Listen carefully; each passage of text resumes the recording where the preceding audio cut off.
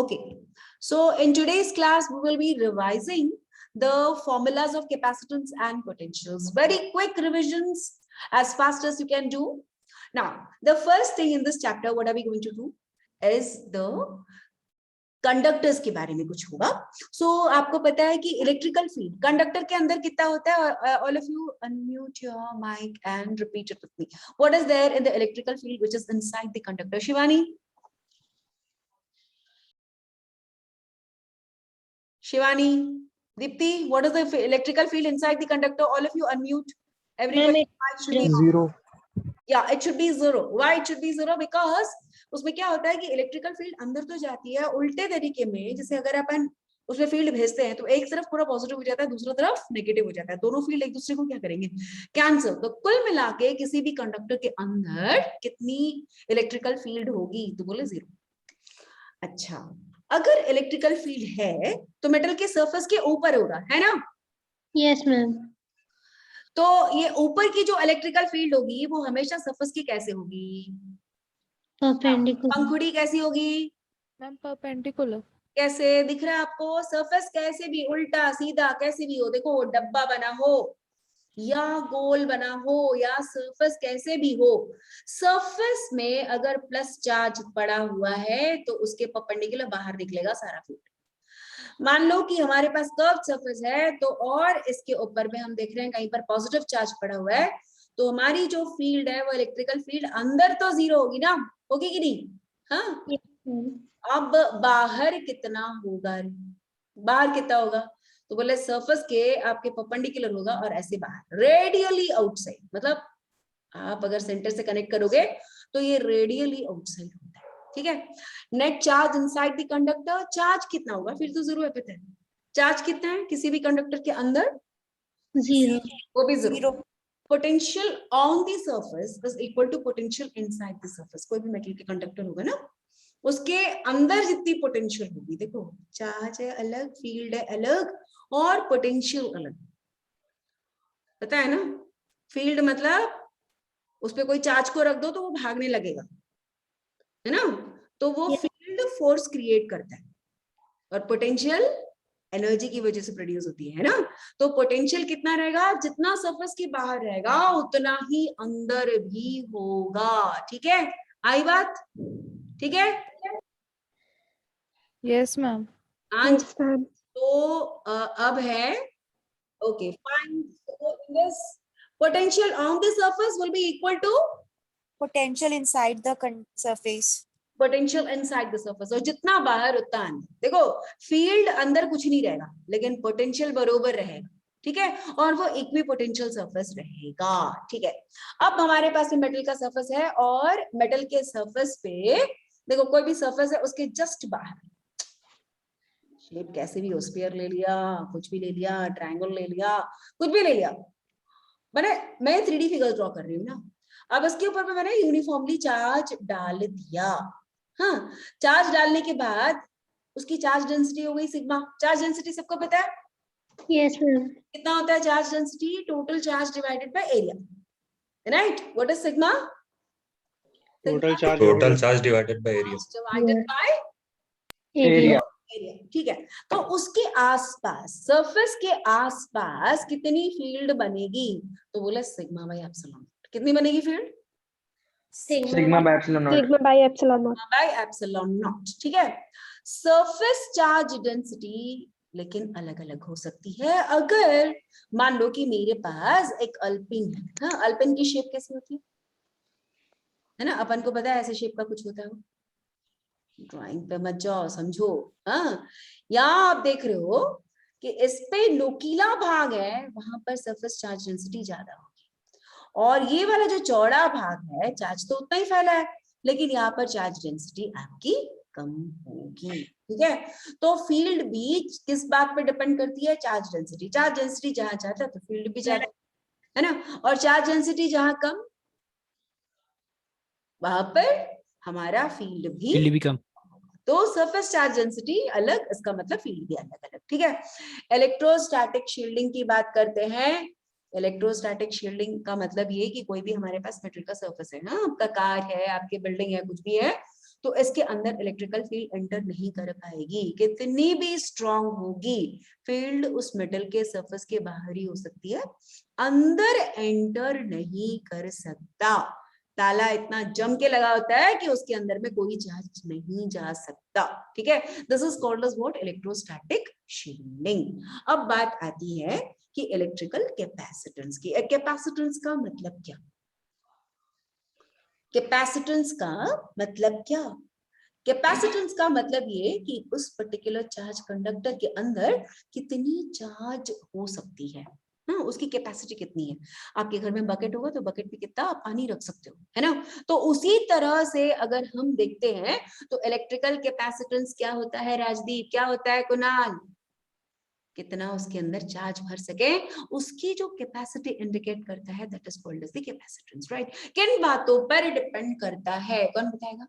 दया, capacitance किन बातों पर डिपेंड करता है? चार्ज बढ़ाओ तो क्या बढ़ेगा? चार्ज बढ़ाओ तो क्या बढ़ेगा? पोटेंशियल। पोटेंशियल।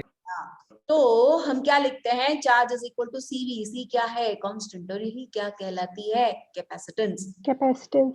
कैपेसिटेंस का फॉर्मूला क्या होता है? Q divided by V। लेकिन हमको पता है पोटेंशियल कितना होता है? Potential is equal to work done by charge.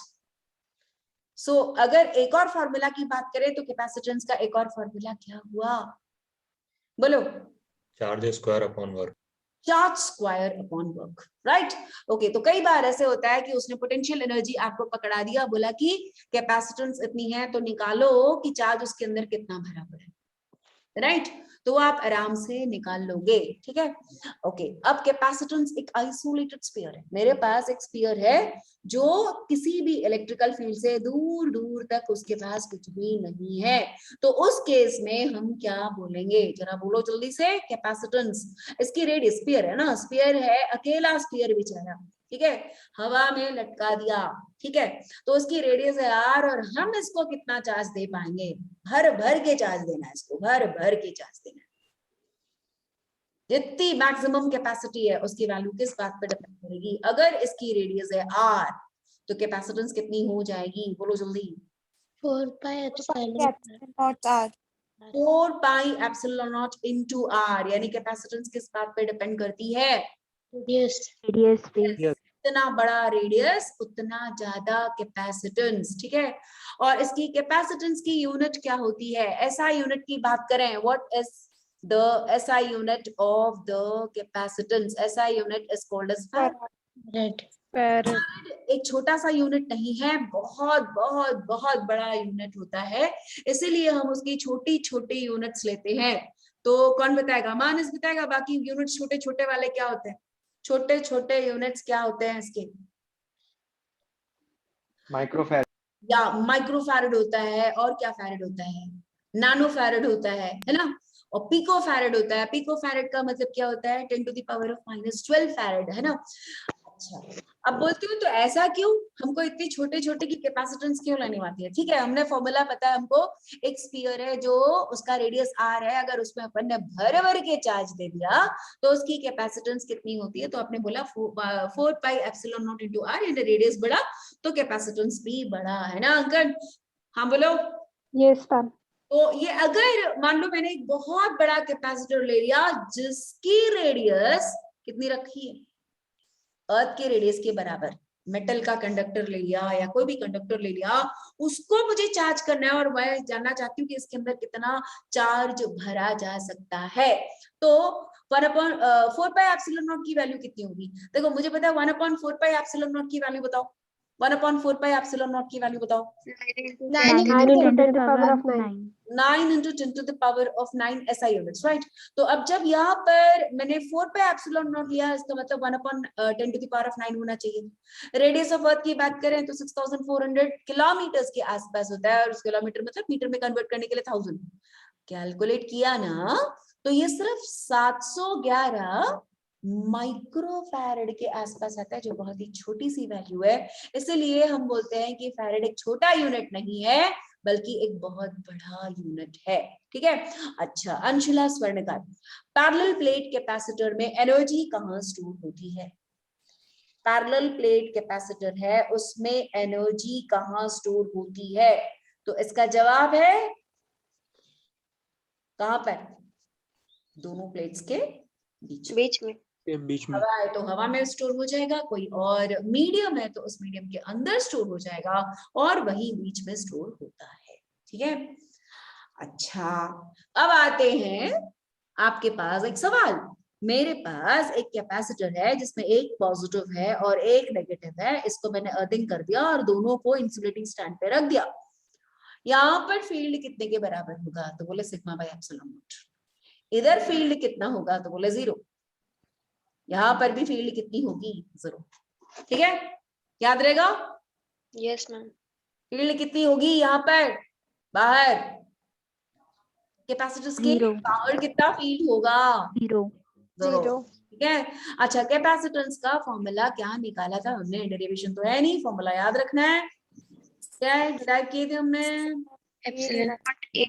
Epsilon not a upon D. Epsilon not a upon D. Umesh, क्या ये चार्ज या पोटेंशियल पर डिपेंड करता है?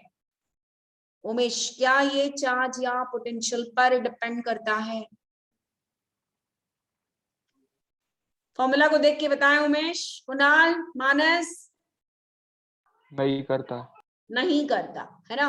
देखो जब कैपेसिटेंस की हम बात करते हैं तो एप्सिलॉन नॉट पे डिपेंड करता है, ए एरिया पे डिपेंड करता है जो प्लेट्स की एरिया है, और दोनों प्लेट्स के बीच की दूरी यानी कि कुल मिला के ज्योमेट्री और उसके अंदर क्या मटेरियल्स भरा है इस बात पे डिपेंड करता है। क्या उसको चार्ज से मतलब है? तो बोले ना। क्या इसको पोटेंशियल से मतलब है? तो भी ना।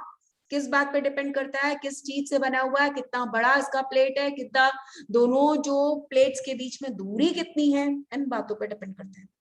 ठीक है, अगर मैंने इस पे भर भर के पूरा आधा अधूरा नहीं ना, कैपेसिटर के अंदर जो पैरेलल प्लेट कैपेसिटर है इसमें एकदम A to Z यानी टॉप टू बॉटम, टॉप में एकदम पूरा पूरा पूरा पूरा पूरा यहाँ पर अगर मैंने डाइलेक्ट्रिक से भर दिया तो इसकी कैपेसिटेंस क्या हो जाएगी? अगर इसकी डाइलेक्ट्रिक कांस्टेंट है के, हाँ इसकी डाइलेक्ट्रिक कांस्टेंट है के, किसकी डाइलेक्ट्रिक कांस्टेंट? जो मीडियम है ना उसकी, तो कैपेसिटेंस क्या हो जाएगा? बोलो। टाइम्स बढ़ के जाए, टाइम्स इंक्रीज हो जाएगा। बढ़ जाएगा, तो बोले के टाइम्स के है ना। तो जैसे ही हमने कैपेसिटर्स के अंदर में कोई डाइलेक्ट्रिक भर दिया तो इसका मतलब क्या हुआ? इसका मतलब वंशिका क्या हो जाएगा? के टाइम्स वो बढ़ जाएगा। पोटेंशियल्स के टाइम्स, सॉरी कैपेसिटेंस के टाइम्स बढ़ जाएगा। ठीक है, मानस भैया डाइलेक्ट्रिक कांस्टेंट क्या है? मानस डाइलेक्ट्रिक कांस्टेंट क्या है? डाइलेक्ट्रिक कांस्टेंट वो जो डाइलेक्ट्रिक डालेंगे उसका कोई पर्टिकुलर वैल्यू शायद। हाँ लेकिन एग्जैक्टली हाउ डू यू से what exactly it is? Anshula can you? Yes, ma'am. Epsilon of medium upon epsilon naught. Yeah, fine, that is fine, but how do you actually explain this? देखियो, Some permittivity of a medium. okay fine, that is also very good, but exactly I wanted कि क्या आप समझा पाओगे कि इस dielectric की वजह से फील्ड या फोर्स पर क्या असर पड़ता है? तो इसका आंसर ये है कि मान लो कि मेरे पास दो चार्जेस है, उन दो चार्जेस के बीच में मुझे फोर्स निकालनी है। पहले जितना मैंने वैक्यूम में निकाला या हवा में निकाला, एयर पे निकाला, अब मैंने डाइलेक्ट्रिक मीडियम भर दिया ना, तो क्या होगा? इसका वैल्यू के टाइम्स घट जाएगा। जैसे मैंने यहाँ पर बोला आपको कि ये जो F नॉट है, ये जो है that is force between the charges when the medium is air, और मान लो कि वैक्यूम। मीडियम में अगर वो कम हो जाती है तो कितनी जो कम हो जाती है उसकी वैल्यू है ना, F नॉट ज्यादा था, FM कम था, तो इन दोनों का जो रेशियो होता है that is called as the dielectric constant of the medium. Capacitance की बात करें तो मीडियम का ज्यादा और एयर में कम, और फील्ड इलेक्ट्रिकल फील्ड जो रहता है वैक्यूम में ज्यादा और मीडियम में कम, तो कितना टाइम्स कम या कम हो जाता है, that is the measure of the dielectric constant of that particular medium. ठीक है, अगली बात याद, मीडियम डालोगे तो फोर्स k टाइम्स कम हो जाता है, यानी डायरेक्ट्रिक कांस्टेंट यही बताता है आपको कि कितना टाइम्स कम हो जाएगा। जैसे मान लो कि मैंने 2 प्लेट्स रखा, दोनों प्लेट्स के बीच में जो फोर्स लग रहा है that is equal to F, right. अब मैंने इसके अंदर माइका लाके भर दिया, माइका डाइलेक्ट्रिक मटेरियल से बना होता है, तो इसकी जो फोर्स पहले की कंपैरिजन में 6 टाइम्स कम हो जाएगी। तो माइका की जो K है यानी डाइलेक्ट्रिक कांस्टेंट है वो कितनी है? 6। अब इन्हीं दोनों प्लेट्स के बीच में जो भी फोर्स था, चार्ज वही रखे, तो पानी भर दिया, तो हमारी जो फोर्स है वो 80 टाइम्स कम हो जाएगी, 81 रादर, तो बोलना चाहिए 81 टाइम्स कम हो जाएगा। तो वाटर का डाइलेक्ट्रिक कांस्टेंट कितना हो गया शिवानी? डाइलेक्ट्रिक कांस्टेंट कितना हो गया?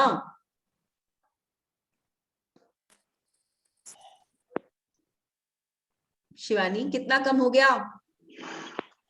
दीप्ति कितना कम हो गया? Ma'am 80 times. हाँ 80 टाइम्स कम। स्पेरिकल कैपेसिटर है हमारे पास, मतलब हमारे पास ये ऐसा स्फीयर बना है बेटा जो अंदर और बाहर अलग अलग, ठीक है, जो अंदर और जो बाहर है वो अलग अलग रेडियस का बना हुआ है, और हमारे पास इसमें चार्ज दे दिया। किसको चार्ज दे दिया? बोले अंदर वाले स्फीयर को हमने चार्ज दे दिया। और कौन सा चार्ज दे दिया? नेचुरली पॉजिटिव चार्ज दे रखा है। और हमारा जो बाहर का जो स्फीयर है उसको हमने अर्थिंग कर दी, और उसकी जो रेडियस है that is equal to b। तब ऐसे वाले जो कैपेसिटर्स होते हैं उनकी जो कैपेसिटी होती है वो भी किस बात पे डिपेंड करेगी? 4 pi epsilon not AB divided by B minus A। B minus A।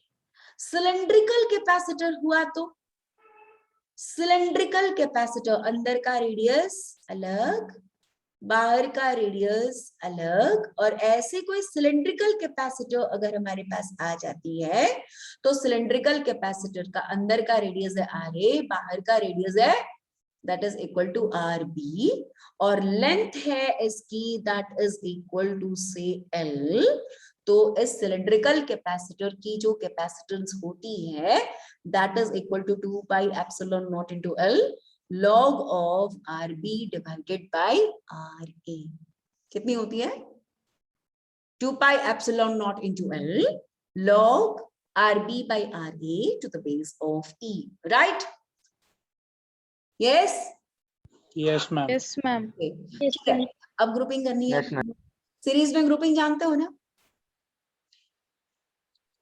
Yes, ma'am। Resistance का जो भी फॉर्मूला था ना उसका ठीक उल्टा फॉर्मूला के बारे में बात करेंगे। तो सीरीज में कैपेसिटर्स को ले लिया तो 1/CS is equal to 1/C1 plus 1/C2 and so on, जितने भी कैपेसिटर्स लगाएंगे। जब भी हम सीरीज में डालेंगे तो सभी कैपेसिटर्स में चार्ज सेम होगा, पोटेंशियल डिफरेंट डिफरेंट होगा, और टोटल पोटेंशियल सबका अलजेब्रिक सम होगा। ठीक है, पोटेंशियल कैसे होगा? पोटेंशियल कैसे होगा? समेशन। समेशन। और पैरेलल ग्रुपिंग हुआ तो क्या होगा? पैरेलल ग्रुपिंग होगा तो क्या होगा? उमेश, एक हाँ मैम उसमें सम करेंगे मैम। सम करेंगे ना? हाँ ठीक है। आयुष, हेलो। पल्लवी, मैम इसमें सम होगा C1 C2 C3। C1 C2 C3 है ना, वो पैरेलल का है। अच्छा, अगर हमने इस पे लिया तो क्या सेम रहेगा? तो यहाँ आप जानते हो कि इसमें क्या सेम रहेगा? Potential same. Potential same. या आयुष, यस मैम। हाँ पोटेंशियल सेम होगा बेटा अगर हम सीरीज में रखेंगे तो। ठीक है, और क्या अलग अलग होगा? बोले चार्ज हमारा सबका डिफरेंट होगा। ठीक है, energy stored in the capacitor, energy stored in the capacitor half Q square upon C। या half Q square upon C, पहला फॉर्मूला है। हाफ QV, अगर आपको पोटेंशियल पता होगा तो हाफ QV, और अगर आपको कैपेसिटेंस और पोटेंशियल पता है तो हाफ CV स्क्वायर। ज्यादातर यही वाला फॉर्मूला आपको यूज होता है, बाकी भी जरूरत पड़ेगा। ठीक है, याद कर लें। पोटेंशियल एनर्जी का फॉर्मूला क्या होता है? Half Q C half Q square by C, है ना, राइट। एंड देन दूसरे का V half Q V and half C V square, right. In fact आप एक फॉर्मूला याद रखो ना तो बाकी का निकाल सकते हो। पहले भी कैसे निकालोगे इसको, क्योंकि मुझे पता है C इज इक्वल टू कितना होता है, Q बाई V। आप कोई एक फॉर्मूला लगा दो, बाकी में ये वाला फॉर्मूला लगा दो, C is equal to Q by V, तो बाकी फॉर्मूलाज अपने आप निकल जाएगा। याद रखने के लिए जो भी आपको आसान लगता है कि पोटेंशियल एनर्जी स्टोर तो होगी। चार्ज भरा ना आपने किसके अंदर, प्लेट्स में, किसके बीच में, दो पैरेलल प्लेट्स के बीच में या फिर स्फेरिकल में, कहीं पर भी आपने चार्ज को डाला तो आपने मेहनत करी। कैसे मेहनत करी बेटा, कैसे मेहनत करी बताइए। मेरे पास एक कैपेसिटर है, इसको मैंने अर्थिंग कर डाली, ये दोनों आपको इंसुलेटिंग स्टैंड पे मिला। पहले मेरे पास कुछ तो भी चार्ज मैंने भर दिया, अगला थोड़ा सा चार्ज मैं dq इसको देना चाहती हूँ। बिना ताकत लगाए डाल सकती हूँ कि मुझे दम लगा के हिस्सा करना पड़ेगा, बोलो। मैं वर्क करना पड़ेगा, दम लगा पड़ेगा ना, हाँ दम लगाना पड़ेगा। क्यों, ये भी प्लस है, ऑलरेडी वहां पर प्लस वाले चार्ज मौजूद है, ये प्लस वाले चार्ज को आने नहीं देगा, आपको ताकत लगानी पड़ेगी। और ये जो ताकत आप लगा रहे हो, वर्क कर रहे हो, वो सारे स्टोर हो जाएंगे। कैसे, तो बोले पोटेंशियल एनर्जी। पोटेंशियल एनर्जी का formula Kunal Raj, stored inside the capacitor, potential energy stored inside the capacitor। Kunal Raj, तीन फॉर्मूला में से कोई भी एक फॉर्मूला को फटाक से बोलो। Ma'am parallel plate capacitor. हाँ, स्क्रीन शेयर है ना सबको, हाँ बताइए। Ma'am half qv. Half Q भी होगा, और कोई फॉर्मूला फटाक से याद कीजिएगा। Ma'am half CV square. Half CV square, ठीक है। अब energy spent in charging the capacitor, देखिए जैसे अभी बोलते हैं कि हमने जो भी कैपेसिटर रहा ना, तो उसको किससे चार्ज करेंगे, तो बोले और एक बैटरी से चार्ज करेंगे, कोई भी सोर्स से चार्ज करेंगे। तो हमको उसको पूरी तरह से चार्ज करने के लिए जो हमने चार्ज क्यू दे दिया उसको, और उसकी पोटेंशियल इंक्रीज होकर के भी हो गई, तो हमने जो एनर्जी उसमें स्पेंड किया बैटरी लगा के, तो बैटरी को क्यूबी एनर्जी देनी पड़ेगी। लेकिन उसमें स्टोर कितना होता है, हाफ क्यूबी। बाकी कहाँ गया, लॉस्ट हो गया। कैसे लॉस्ट हो गया, कहाँ गया, हीट के फॉर्म में किसी भी फॉर्म में जा सकता है ना, किसी भी फॉर्म में जा सकता है आपको, तो आधी एनर्जी का नुकसान हो जाएगा।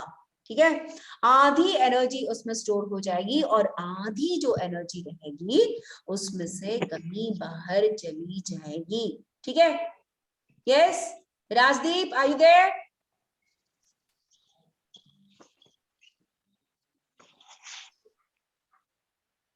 Rajdeep,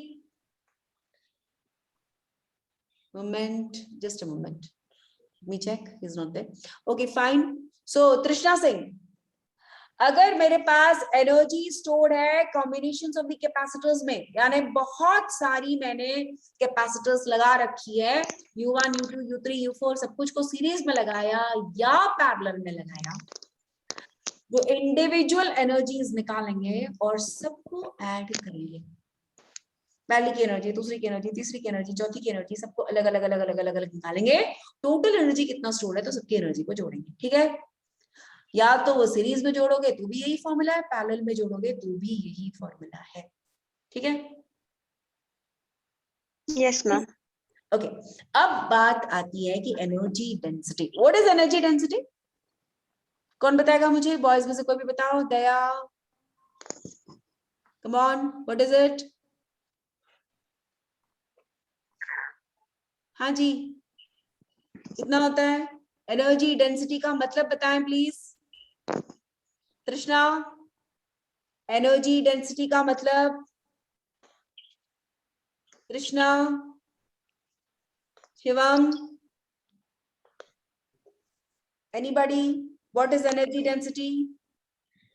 energy per unit volume. या energy divided by the volume. Formula क्या रहेगा इसका? Half epsilon not into E square. What is the formula? हाफ Epsilon into E square. हम एप्सिलॉन नॉट इनटू ई का स्क्वायर। अगर यही चीज कोई डाइलेक्ट्रिक मीडियम में डाल के अंदर भर दो तो जितनी पहली एनर्जी थी half epsilon not into E square into क्या हो जाएगा? के क्या है? क्या है? Dielectric constant, right? Dielectric constant. Dielectric constant है ना। तो हाफ एनर्जी डेंसिटी, अगर इलेक्ट्रिकल फील्ड है तो वहां पर एनर्जी डेंसिटी मिलेगी, और अगर आपको टोटल एनर्जी निकालनी है तो क्या करोगे? वॉल्यूम से मल्टीप्लाई करोगे। उस गिवन वॉल्यूम में आपको कितनी इलेक्ट्रिकल एनर्जी है अगर ये बताना है तो आप क्या करोगे? उसको आप वॉल्यूम से मल्टीप्लाई करोगे। ठीक है। जब दो कैपेसिटर्स को कुछ इस प्रकार से जोड़ते हैं, इसका डायग्राम थोड़ा छोटा बन गया है, इसको थोड़ा बड़ा करते हैं। सो इसमें आप देखोगे कि आपका जो कैपेसिटर्स का तो प्लस को प्लस से जोड़ा और माइनस को माइनस से जोड़ा, तो पहले वाली कैपेसिटर्स की कैपेसिटेंस C1 है और इसकी कैपेसिटेंस C2 है, दोनों को मैंने पैरेलल में जोड़ दिया तो क्या होगा? इसकी कॉमन पोटेंशियल आ जाएगी। चार्ज का रीडिस्ट्रीब्यूशन होगा, कब तक होगा? जब तक दोनों का पोटेंशियल बराबर ना हो जाए। तो दोनों का जो कैपेसिटेंस बराबर होता है तो V is equal to C1V1 plus C2V2 divided by C1 plus C2। मान लीजिएगा उल्टा लगाया, यानी प्लस को माइनस के साथ और माइनस को नेगेटिव को पॉजिटिव के साथ में। डायग्राम को और एक बार ऐसे चेंज करती हूँ, ये प्लस माइनस, ये माइनस और ये प्लस। अगर इसको ऐसा जोड़ दिया तो जो कॉमन पोटेंशियल आएगा वो आएगा V is equal to C1V1 minus C2V2 divided by C1 plus C2, right? जब भी दो कैपेसिटर्स को जोड़ते हैं तो क्या होता है? दो कैपेसिटर्स को जब भी जोड़ते हैं तो स्पार्किंग तो होती है और एनर्जी का हमेशा नुकसान लॉस। तो कितना होता है? तो इसका फॉर्मूला है C1C2 V1 minus C2 the whole square divided by 2 times of C1 plus C2, right? So energy हमेशा लॉस होता है। ठीक है, तो ये रहा इसका फॉर्मूला। अब आपको क्या करना है? आपको क्या करना है? अभी एक बार सुनने से होगा क्या? कौन बताएगा मुझे क्या करना है? एनीबॉडी? एंजल। इस सारे फॉर्मूलास को आप अपनी फॉर्मूला शीट्स पर लिखेंगे और फॉर्मूला शीट्स पर लिखने के बाद आप कल का मैं सिर्फ पूछूंगी और आप लोग बताएंगे कब यूज होता है, कब नहीं यूज होता है। ये सब मुझे कल के क्लास में चाहिए। Got this, all of you? Yes, ma'am. Yeah? Yes. Okay. Yes, A very good night to all children, beta. So every day we will connect because the competition is going to be a real tough one this year. We have already seen this year's result. The competition was not as usual either in the NEET or in the mains examinations or even the advanced. People have started scoring more and more, and imagine in NEET 3 people getting 720 out of 720. One of my students who scored 500 and some 38, I believe. तो उसको जो rank मिला है वो 54,000 का है और उसको कोई भी गवर्नमेंट कॉलेज में मिलने के चांसेस मेडिकल में नहीं है, right? So the competition has increased many folds. I expect all of you to study well with full vigor. 4-5 दिन हमारे वैसे ही चले गए हैं दिवाली में, अब आज से हम वापस शुरू करेंगे। So all the best, all of you, and a very good night. Thank you so much. Good night, ma'am. Bye. Bye. Good night, ma'am. Good Thanks, night, ma'am. बच्चे लोग।